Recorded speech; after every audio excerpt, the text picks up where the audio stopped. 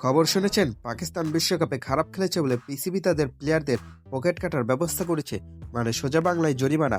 এই খবর শোনার পর আমাদের টাইগার বাহিনীর অবস্থা কি জানেন? মিরপুর স্টেডিয়ামের ড্রেসিং রুম থেকে শুধু কান্নার আওয়াজ আসছে না, অনেকে তো ভয়ে অজ্ঞান হয়ে গেছেন। কারণ যদি ভুল করেও এই নিয়ম বাংলাদেশে চালু হয়, তবে আমাদের ক্রিকেটারদের পকেটের বিরিয়ানি খাওয়ার টাকাও থাকবে না। অনেকে বলছেন পাকিস্তানিরা প্রতিবাদ করছে না কেন? আরে ভাই, প্রতিবাদ করবে কি?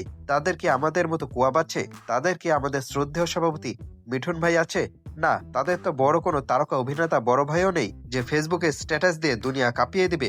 পাকিস্তানি প্লেয়ারদের মধ্যে ওই ট্যালেন্টটাই নাই, যেটাকে আমরা বলি ড্রামাটিক ট্যালেন্ট। তারা মাঠের ক্রিকেটকে প্রকাশ করে, আর আমাদের ছেলেরা মাঠের চেয়ে ক্যামেরার সামনে বেশি ভালো পারফর্ম করে। কল্পনা করুন তো, বিসিবি যদি ঘোষণা দিত পরে ম্যাচ হারলে বেতন কাটা যাবে, তাহলে কি হতো?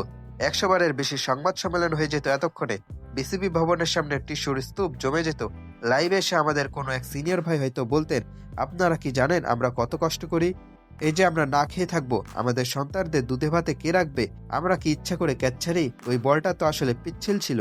আমাদের প্লেয়ারদের সবচেয়ে প্রিয় ডায়লগ কি জানেন? আমরা চেষ্টা করেছি এবং আমরা প্রচুর শিক্ষা অর্জন করেছি। ভাইরে ভাই, 15-20 বছর ধরে আপনারা শুধু শিক্ষাই দিলেন। আমাদের এই শিক্ষা অর্জনের ঠেলাই তো দেশে ক্রিকেট বোর্ডটা এখন একটা বড়সড় ইউনিভার্সিটি হয়ে গেছে।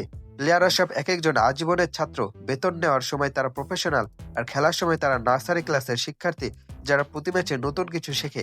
তাই পাকিস্তান যাই করুক, আমাদের এখানে জরিমানা টরিমানা চলবে না। আমরা প্রতিবাদী জাতি। আমরা খেলবো না কিন্তু শিক্ষা নেব। আমরা হারবো কিন্তু লাইভে আসবো। টাইগার এখন দোয়া করছে হেমাবুদ, পিসিবির এই ভাইরাস যেন বিসিবির ভেতরে না ঢুকে। ঢুকলেই কিন্তু পকেট গড়ের মাঠ। কি বন্ধুরা, আপনারা কি চান হারলেই বেতন কাটা হোক, নাকি শিক্ষা সফরই চলতে থাকবে?